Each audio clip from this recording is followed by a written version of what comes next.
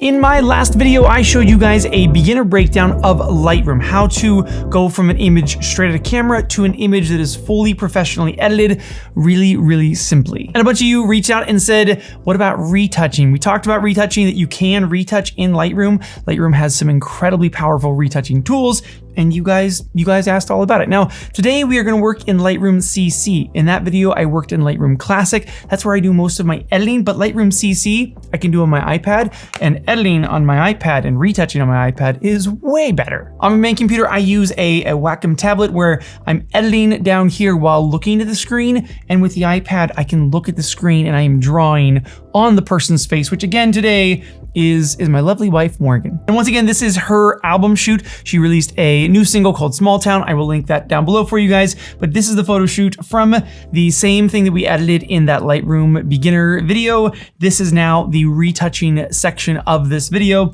We are going to retouch this photo. And yes, I did ask her and she gave me permission, and she said I can use her face. We are gonna like zoom in and see every single pore on her face. So very kind of her. Go over to like Spotify or iTunes, listen to her song as a thank you for letting us use her face and being so brave to do it for however many thousands of you end up watching this video. Okay, let's go into this photo here. So I have a before and after by just touching and holding the screen. I get a before image and an after. Now the after is perfect. The before, she's already got great skin. Like she really doesn't have a ton going on, but I'm gonna show you exactly how detailed we can get by retouching this photo again to get to this end spot. So I'm gonna first go into my versions and I'm gonna go down to the original and I'm gonna apply. So we are back to the original. I'm going to add a crop on it so I can center this image up. Otherwise it will drive me crazy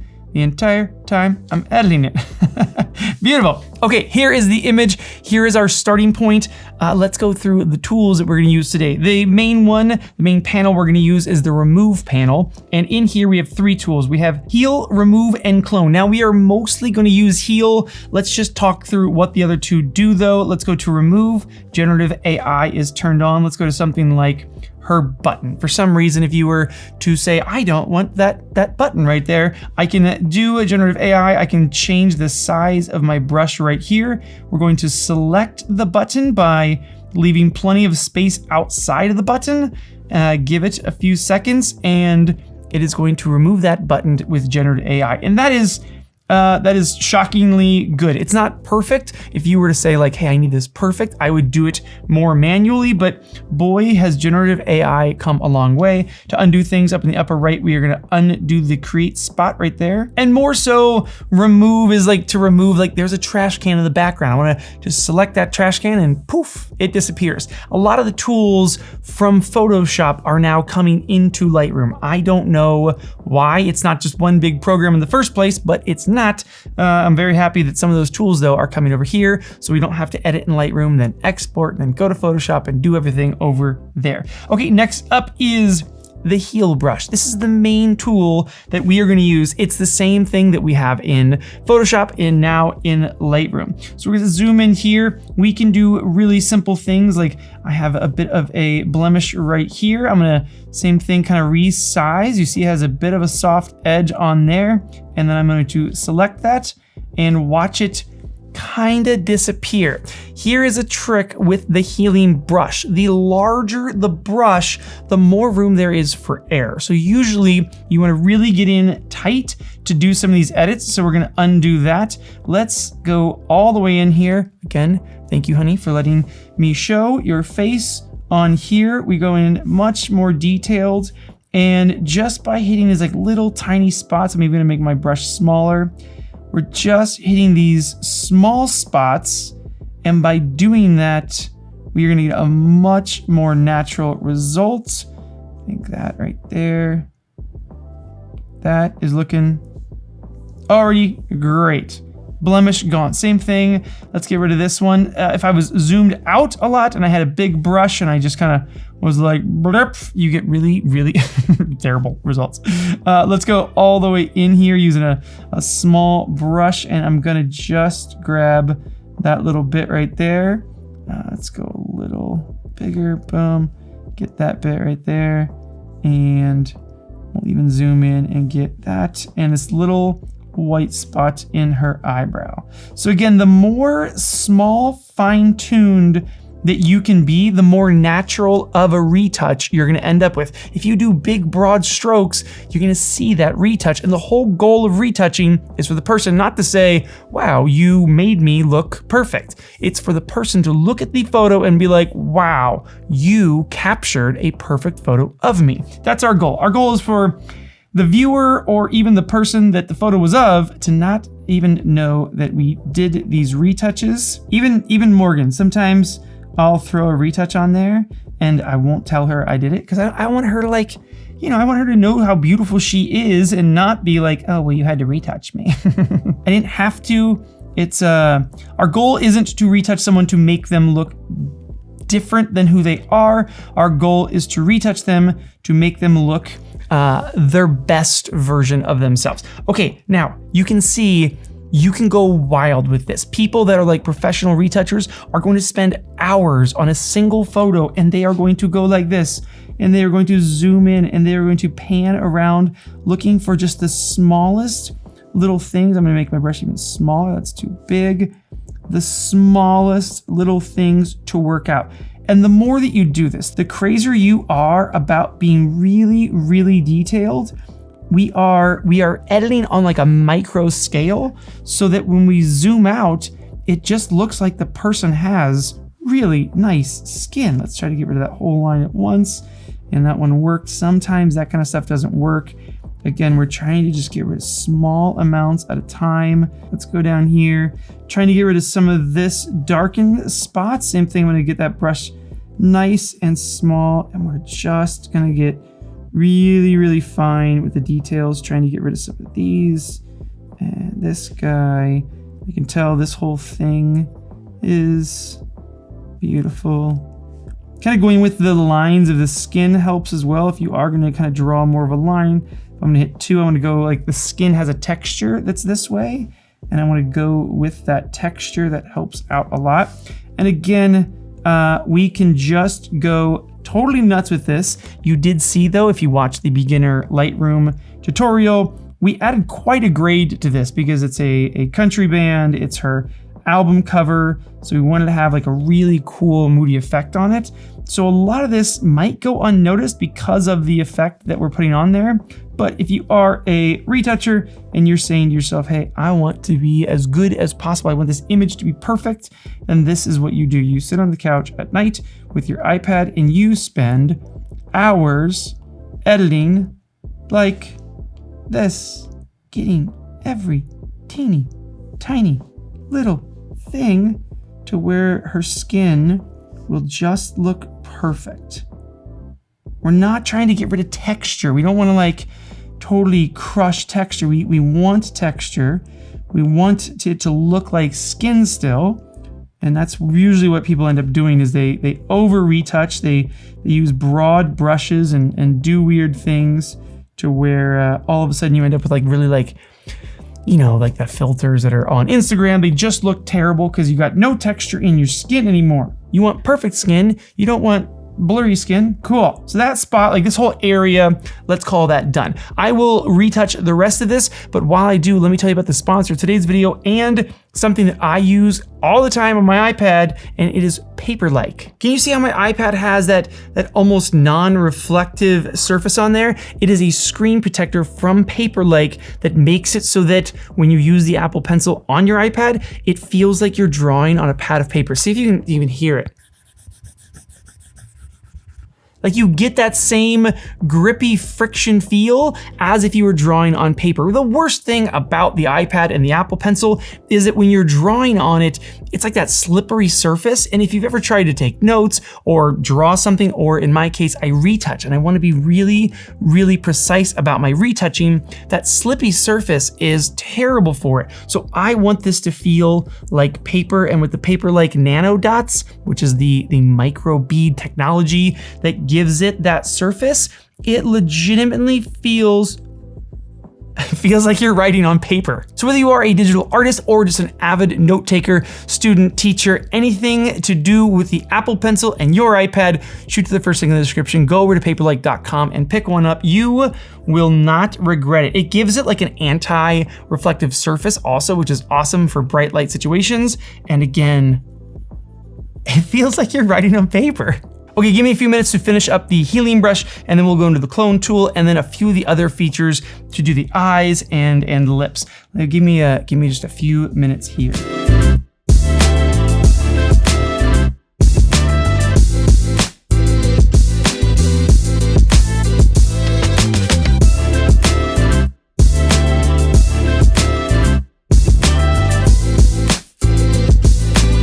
Okay, that is about all that I'm gonna do on the healing brush, but you can see how if you were a professional, you would just zoom in, sit on your couch at night and just hit every teeny tiny little imperfection to perfectly edit the image before you move to this next step. Now, this next step, we are going to add the color grade from that Lightroom Basics video. And as you remember, if you watched it, the color grade is a little heavy. It's an album cover for a country band, so of course we're gonna really give it a lot of feel.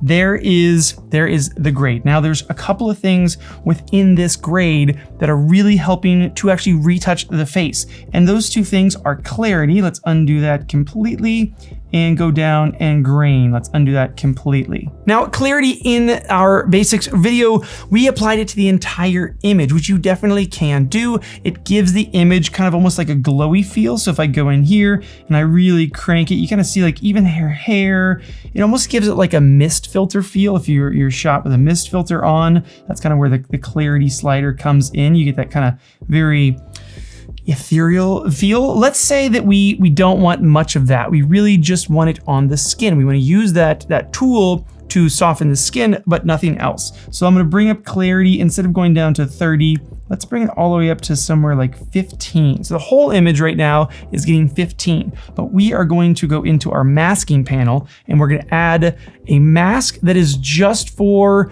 what we want to affect. And right now we only want to affect the skin. So we are going to go down here, say plus, and then we are going to add a brush mask.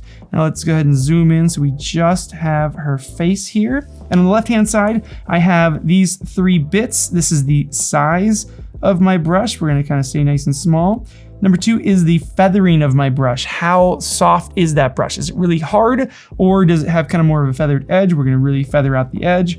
And then the third one is flow. Is it 100% opacity as we paint, or is it kind of like a lighter opacity? We're gonna keep on 100%. And I'm gonna do this a little fast. I would normally be a little more careful with this, but I'm just gonna draw this on here so that we cover her skin entirely. Now, this is not doing anything to the image right now.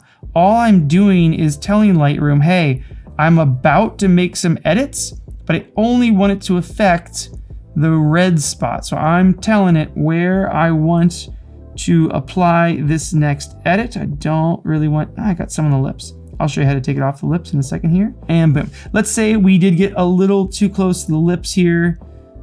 Not so much on the top, but a little bit on that bottom lip there. I can tap eraser right here, and same thing. Now I can just kind of erase some of that mask. Again, we have not done anything to change the image yet. All we've done is make her look like a superhero. Okay, we are now going to make sure that the mask is selected, and then we're gonna go into effects on the masking. So now under masking, I have all these options.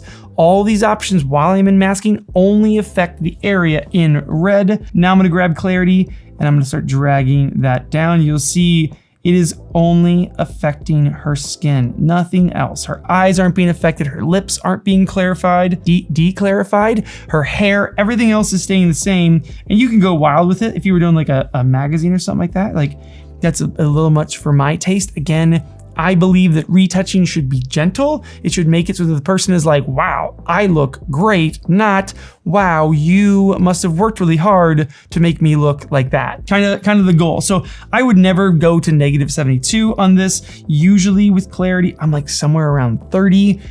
Let's even be crazy and let's push it to 45. That's so much. This is pushing it. It looks like almost too perfect for me, but yeah, let's stick with that. Okay, so we now have skin is basically completely retouched. Let's say we wanted to add like a pop to the eyes.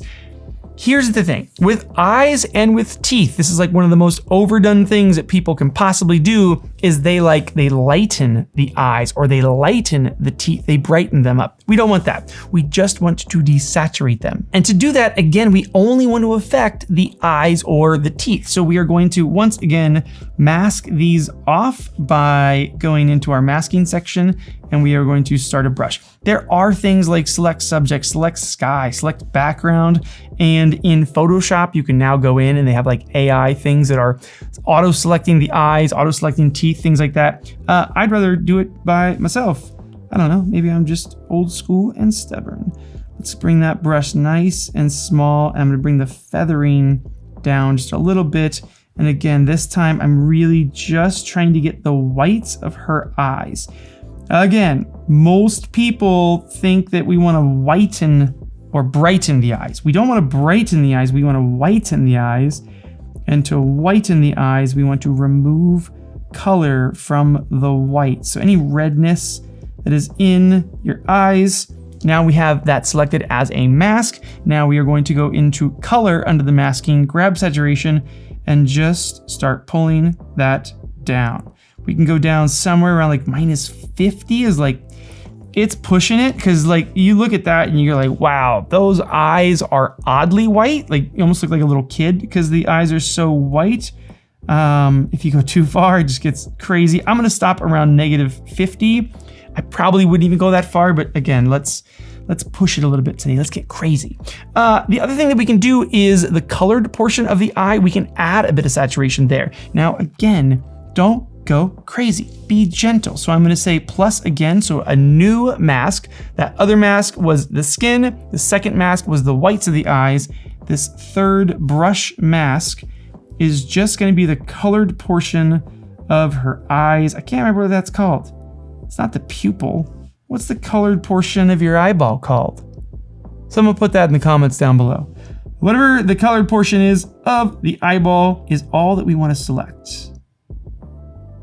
Beautiful. Same thing, let's zoom out a little bit, give you a bit more perspective on it.